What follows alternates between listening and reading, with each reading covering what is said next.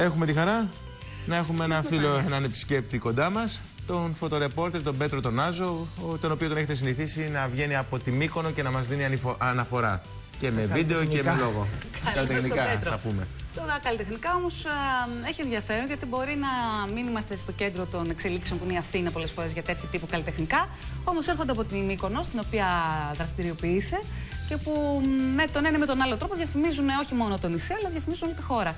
Και έχεις φέρει σχετικές ειδήσεις. Ναι. Σ' ακούμε λοιπόν, τι συμβαίνει στο νησί? Αυτό που στο νησί ακόμα τίποτα. Αυτό που έχω φέρει είναι ένα βιντεάκι το οποίο έφτιαξε η Sony σε full high definition, ναι. Το οποίο το ανακάλυψα στην Ασία και συγκεκριμένα στην Ταϊλάνδη και στις Φιλιππίνες, όπου έπαιζε σε καταστήματα που υπάρχουν έτσι τηλεοράσεις της Sony. Που πουλάνε τηλεοράσεις. Ναι. Και σε αεροδρόμια. Εσύ είχες πάει εκεί. Είχα πάει, ναι. Τι λες? Ναι, και βλέπεις, περπατάς στον δρόμο και βλέπεις να πουλάει μαγαζί τηλεοράσεις και να παίζει Ελλάδα. Και να παίζει Σαντορίνη και Μύκονο. Και ρωτάς. Και Αθήνα. Ναι. Και σίγουρα είναι μια μεγάλη διαφήμιση για την Ελλάδα. Αυτό είναι το βιντεάκι, Ναι. Σε υψηλή ανάλυση, μια και όλες τις τηλεοράσεις τώρα είναι full high definition. Και βέβαια η εικόνα είναι πεντακάθαρη. Και βλέπουμε λοιπόν εικόνα τώρα από τη Σαντορίνη, αυτά πρέπει να είναι τα φυρά. Ναι. Που είναι έτσι θεατρικά χτισμένα πάνω στην καλντέρα. Πώς ένιωσες, Πέτρο, τώρα να μας βλέπεις στην Ασία? Και πες μου περισσότερο αν είχε κόσμο μπροστά στις οθόνες να στέκονται και να χαζεύουν το θέαμα. Στο αεροδρόμιο είχε πάρα πολύ κόσμο. Και βέβαια σε όλα τα μαγαζιά του κόσμου προβάλλεται αυτό το βιντεάκι. Μια και έχει πανέμορφα χρώματα και πάρα πολλές εταιρείες χρησιμοποιήσει τη Σαντορίνη και τη Μύκονο βέβαια, για να κάνουν διάφορα τρέιλερ, διάφορα demo.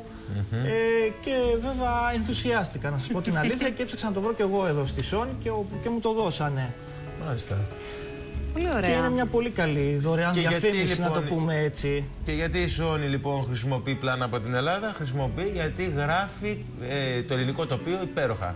Έχει το γαλάζιο, έχει το λουλακί, έχει το κεραμίδι, έχει τη σάμου, έχει τα χρώματα όλης της φύσης ζωντανά και απαράμιλα. Γιατί επίσης στην Ελλάδα δεν υπάρχει μεγάλη φωτορύπανση. Το ελληνικό φως, το μεγαλείο του ελληνικού φωτός που όλοι συζητάνε, όλοι μνούν, όλοι εκθιάζουν, αποτυπώνεται στις συγκεκριμένες εικόνες μέσα από τις high definition τηλεοράσεις και σε κοντράστ με το λευκό των κυκλάδων δημιουργούν μια εικόνα συγκλονιστική, βεβαίως με αυτές τις μικρές πινελιές που έρχονται είτε από τις πόρτες τις κυκλαδίτικες, από τα λουλούδια στις αυλές ή από το προπήλαια του Πανεπιστημίου της Αθήνας και την Ακαδημία Αθηνών. Πολύ ωραία. Έτσι. Για να πούμε και έναν αριθμό, μια και έχουμε μείνει πάρα πολύ πίσω τουριστικά στην Αθήνα. Στη Ρώμη την επισκέπτονται 100.000 τουρίστες την ημέρα. Φανταστείτε επί 100 ευρώ πόσο μεγάλο είναι το όφελος. Και 10 ευρώ, όπως σου λέω. 1 εκατομμύριο ευρώ την ημέρα, φαντάζεσαι. Ναι. Που λέει ο λόγος. Τώρα, βέβαια, εκεί στο Πανεπιστήμιο, αν πάει κανείς, θα δει όλο γκράφιτι από κάτω. Τώρα, βέβαια, έχει ακαθαρίσει η Αθήνα. Δηλαδή, είναι όλο γκράφιτι. Όχι, δεν λέγεται γκράφιτι, μιλάω κυρίως για τη λαθρομετανάστευση. Τις τελευταίες 3 μέρες έχει αδειάσει η Αθήνα. Για να δούμε τη συνέχεια, βέβαια. Πώς έχει αδειάσει, έχουν κρυφτεί, γιατί το πιθανότερο σαν αέριο να έχουν κρυφτεί. Γιατί πού τους πάνε τώρα, πού τους βάζουν? Αυτό είναι ένα ερώτημα το οποίο δεν έχουμε καταλήξει ακόμα σε απάντηση. Λοιπόν, να ρίξουμε μια ματιά και στο Bollywood, στο ινδικό Hollywood δηλαδή, το οποίο έρχεται στην Ελλάδα τακτικά τελικά και γυρνάει δικές του ταινίες εκεί. Η ταινία την οποία είχαμε δείξει και πλάνα αποκλειστικά κιόλας το καλοκαιράκι βγήκε το Φεβρουάριο με μεγάλη επιτυχία, γιατί πράγματι είναι υπερπαραγωγές και το θετικό με εμάς είναι ότι δεν αρκέστηκαν μόνο στη Μύκονο. Δηλαδή, ο σκηνοθέτης δεν πήρε μόνο πλάνα από τη Μύκονο, πήρε από το Λυκαβητό, από τη λίμνη της Βουλιαγμένης, από το Ζάπιο. Πραγματικά δηλαδή μας διαφήμισαν και έδειξαν πάρα πολλές εικόνες. Κάτι το οποίο αυτό είναι και μοναδικό. Πέτρο, τι λέγεται στην ταινία? Δεν μπορώ να τη δω γιατί είναι πολύ πρόσφατη. Έχω διαβάσει όμως πάρα πολλά σχόλια για την ταινία. Περίπου τι πραγματεύεται, τι ιστορία έχει και έτσι διαδραματίζεται στην Ελλάδα όλο? Είναι καταρχήν μια μοντέρνα ταινία για την Ινδία, να το πούμε έτσι. Δηλαδή ξεκινάει αντίθετα. Οι πρωταγωνιστές είναι σύμβολοι για ζευγάρια τα οποία θέλουν να χωρίσουν. Και βέβαια δεν πιστεύουν στον έρωτα, μέχρι που λόγω μάλλον των πελατών τους έρχονται να το πω έτσι, ερωτεύονται. Και βέβαια όλοι γράφουν περίφημα σχόλια για την Ελλάδα, δηλαδή ότι ο σκηνοθέτης επέλεξε πραγματικά πάρα πολύ ωραία τοπία, τα οποία είναι πολύ φωτεινά και έρχονται σε αρμονία με την ταινία. Η Μπιμπάσα Μπάσο, η οποία θεωρείται ένα super model της Ινδίας. Είναι μια κούκλα. Ναι, και είναι και η πιο σεξι ηθοποιός, ψηφίστηκε στην Ασία. Μάλιστα. Να πούμε κάτι άλλο, ότι το Bollywood συγκεντρώνει κάθε εβδομάδα στις κινηματογραφικές αίθουσες της Ινδίας περίπου 400 εκατομμύρια θεατές. Όσοι είμαστε δηλαδή σχεδόν όλοι μαζί στην Ευρωπαϊκή Ένωση, τόσοι είναι οι θεατές των ταινιών του Bollywood στην Ινδία κάθε εβδομάδα. Γιατί εκεί ακόμα η τηλεόραση δεν έχει μεγάλη διείσδυση. Εδώ βλέπουμε το Λικαβιτό. Και όλοι πηγαίνουν και βλέπουν Bollywood. Ναι, και είδαμε νωρίτερα και ένα πλάνο μέσα στο Ζάπιο. Στο Ζάπιο, ναι, είναι καταπληκτικά. Πολύ ωραίο το πλάνο. Και η γεγονός είναι ότι η Ινδία είναι μια ανερχόμενη τουριστικά δύναμη, αν μπορούμε να το πούμε έτσι. Μια ανερχόμενη τουριστική αγορά, στην οποία η ελληνική πλευρά στρέφεται για να τους προσελκύσει τους Ινδούς, οι οποίοι δεν είναι και αυτοί του προφίλ του ευρωπαϊκού, αν θέλετε, που ζητάει τον ήλιο και τη θάλασσα. Έχει άλλες βλέψεις, άλλα ενδιαφέροντα, το οποίο σημαίνει ότι μπορούμε να τους κρατήσουμε ως επισκέπτες και άλλες περιόδους εκτός από την κλασική ελληνική τουριστική σεζόν και που, εν πάση περιπτώσει, μένει να ληφθούν τώρα βεβαίως πολύ σημαντικά διαδικαστικά θέματα, όπως είναι οι μεταφορές, οι απευθείας, τα θέματα με τις βίζες κτλ. Τα οποία είναι θέματα τα οποία... Πέτρο. Συγγνώμη, σας διακόψω. Εδώ βλέπαμε το βίντεο κλιπ, το οποίο έχει μεγαλύτερη επιτυχία, το soundtrack της ταινίας, από την ταινία. Και να, εδώ και στην Καλογρέζα. Και γενικά η μουσική πάει πολύ καλύτερα από τη μια ταινία. Βέβαια, και αυτό είναι πολύ σημαντικό, γιατί τα βίντεο κλιπ παίζονται εκατομμύρια φορές. Θα ανεβάζει κάποιος στο YouTube, χτυπάνε εκατομμύρια κλικς. Αντιστοίχως, δηλαδή η διαφήμιση είναι μόνιμη και παραμένει. Δεν είναι μόνο ότι θα δεις μια κινηματογραφική αίθουσα για 2 ώρες. Μπορείς να το βλέπεις ανά πάσα ώρα και στην Αλλά βλέπουμε αυτή την ποικιλία των τοπίων, δηλαδή που δείχνει την Ελλάδα. Και ένα κρουαζιερόπλοιο μαζί. Εδώ που είμαστε, στην Μύκονο είναι, και εδώ στο Ζάπιο οι πολύ ωραίες εικόνες. Και μπορώ να πω για πρώτη φορά έγιναν τέτοιες εικόνες, δηλαδή που έχουν σχέση με όλη την Ελλάδα. Το έχουμε δει πολλές φορές ότι ο κινηματογράφος μπορεί να αποτελέσει σημαντικό προωθητικό εργαλείο για μια τουριστική ανάπτυξη, την τουριστική ανάπτυξη ενός τόπου. Δεν είναι τυχαίο που πολλές χώρες φτιάχνουν ολόκληρα πλατό ή φυσικά τοπία δικά τους, άσχετα από τους τόπους στους οποίους διαδραματίζεται ο στός μιας ταινίας, μόνο και μόνο για να κρατήσουν και τις παραγωγές που φέρνουν τοπικό έσοδο κατά την περίοδο των γυρισμάτων, αλλά κυρίως να διαφημίσουν τον τόπο τους. Το έχουμε δει ούκο λίγες φορές να γίνεται. Και μια τέτοια ευκαιρία διαφήμισης του τόπου μας είναι και το X Factor. Το οποίο, για πες μας για το X Factor και την Ελλάδα, τι σχέση έχει με την Ελλάδα? Το εγγλέζικο X Factor γυρίστηκε και αυτό στη Μύκονο. Μάλιστα, έχοντας πάρα πολύ ωραία πλάνα από το νησί. Και βέβαια η μία κοπέλα που είναι στην Γενική Επιτροπή είναι η Τουλίσα Κόντο-Σταύλος, όπως καταλαβαίνουμε ελληνικής καταγωγής, η οποία είναι στιχουργός, είναι παρουσιάστρια, είναι σε συγκρότημα τραγουδίστρια και από ό,τι διάβασα σε εφημερίδες, μετά από την προβολή του X Factor υπήρχε μια τεράστια άνοδος για όλα όμως τις κρατήσεις, για όλα όμως τα ελληνικά νησιά. Και έλα τώρα, πάμε λίγο στην περίπτωση της Μυκόνου. Τι γίνεται τώρα, το νησί σε τι κατάσταση είναι, προετοιμάζεται για Πάσχα ή για καλοκαίρι? Πόσα ξενοδοχεία περίπου θα ανοίξουν, τι έχεις ακούσει, πόσοι έχουν βαρέσει κανόνια ξενοδοχεία που δεν είχαν να πληρώσουν τα δάνεια πίσω? Για πες μας λίγο, τι γίνεται? Η αλήθεια είναι ότι ενώ παλιά τα ξενοδοχεία προετοιμαζόντουσαν για να ξεκινήσουν μια full σεζόν από το Πάσχα, τώρα βλέπουμε ξενοδοχεία να ξεκινάνε τέλος Ιουνίου. Και βέβαια έχει μειωθεί πάρα πολύ η σεζόν στη Μύκονο, γιατί και οι Έλληνες που τη στηρίζανε έχουν χάσει μεγάλο μέρος του εισοδήματός τους, βεβαίως. Μάλιστα.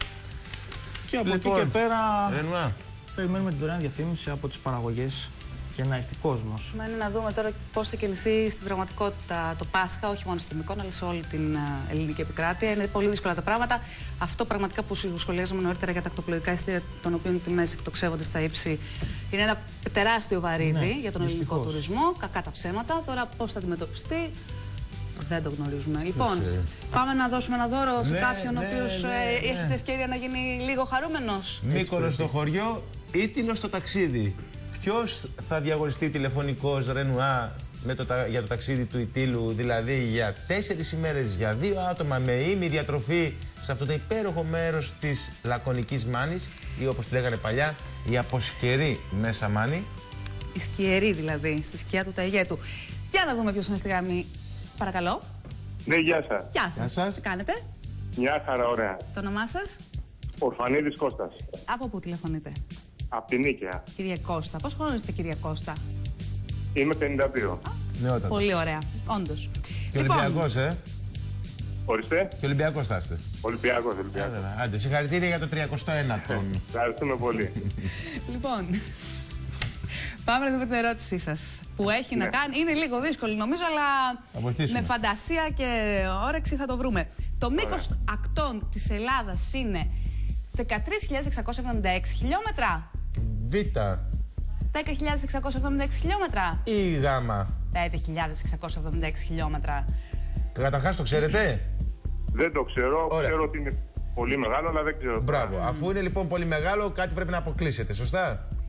Σίγουρα το γάμο το αποκλείω. Το διώξαμε, ωραία. Λοιπόν, να πούμε ότι διακρίνεται η χώρα μας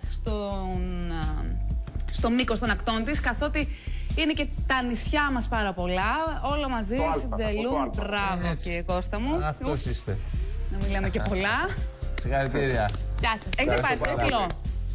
Ορίστε. Έχετε πάει στο Ήτυλο? Έχω πάει Ήτυλο και μ' αρέσει καταπληκτικά. Α, σας αρέσει. Εξαιρετικά. Μπράβο. Να περάσετε λοιπόν ακόμα καλύτερα στα τέλη του Απρίλη που θα είστε εκεί. Με ημιδιατροφή, παρακαλώ. Να είστε καλά. Ευχαριστώ και εσείς να είστε καλά. Να είστε καλά. Λοιπόν, εδώ βλέπω, Πέτρο, μια ζωντανή εικόνα που βλέπουμε τώρα. Παίρνουμε μέσω ίντερνετ από τη Μύκονο.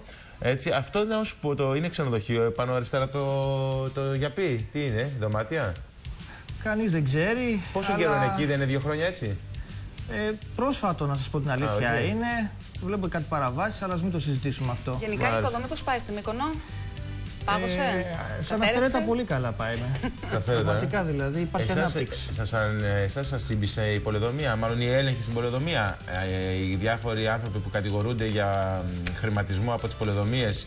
35 τον αριθμό είχαμε και στην πολεοδομία Μυκόνου, κανένα μπουμπούκι? Μόνο αυτά έχουμε, δεν έχουμε τίποτα άλλο.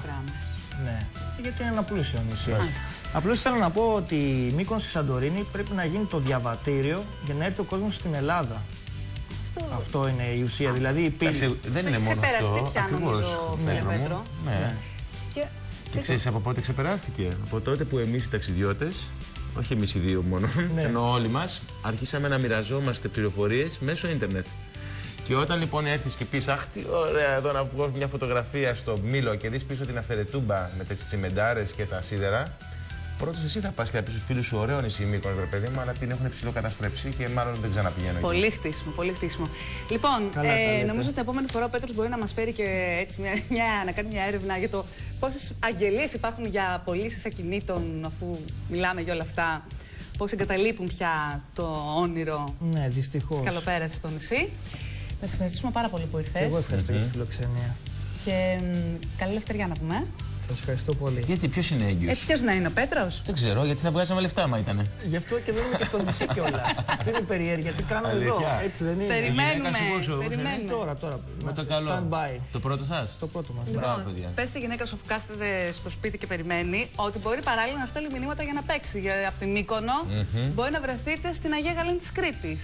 Σε 2 χρόνια. Εντάξει. Ευχαριστούμε πολύ πάντα. Δεν πειράζει. Άμα στείλει, ή να το δώσει σε καμιά φίλη της, σε κανένα φίλο σας. Ευχαριστούμε πολύ. Γιατί κάποιος τυχερός θα πάει για 5 μέρες με την οικογένειά του για τις μέρες του Πάσχα στην Αγία Γαλήνη της Κρήτης, μια προσφορά του Εξαριστικού Συλλόγου Αγίας Γαλήνης και του Συλλόγου των Επαγγελματιών. Ενώ κάποιος άλλος τυχερός μπορεί να κερδίσει αυτό το ταξίδι. 3 νύχτες ή 4 ημέρες για 2 άτομα για το Πάσχα στην Αζόλυμνο της Σύρου, ένα συγκλονιστικό μέρος όπως είναι βεβαίως και τα περισσότερα μέρη της Ελλάδος. Όπως είναι και ο νομός Ροδόπης. Ψηφίζουμε και φέτος παραλίες, λέει κάποιος, νομού Ροδόπης. Χιλιόμετρα παραλιών για όλα τα γούστα, με τις πιο κοσμικές, μόλις 20 λεπτά από την Κομοτηνή. Και Ρενουά, θέλω αυτό να διαβάσουμε. Τι θέλεις, εγώ θέλω να κάνουμε break να διαφημίσεις μετά εδώ με την παρέα που κάνει τις πρώτες του. Πολύ ωραία. Απλώς θέλω να πω στην Κομοτηνή ότι θα επανέλθουμε, Γιάννη Μυρώτη, από την Κομοτηνή που μας έχει ζητήσει να σου δείξουμε τα σκοτεινά πιερία στο χάρτη. Εντάξει. Λοιπόν, με την εικόνα από το γυαλό Πάμε σε διαφημιστικό διάλειμμα και επιστρέφουμε με πολλά ταξίδια. Βέβαια. Γυαλό, θα επιστρέψουμε.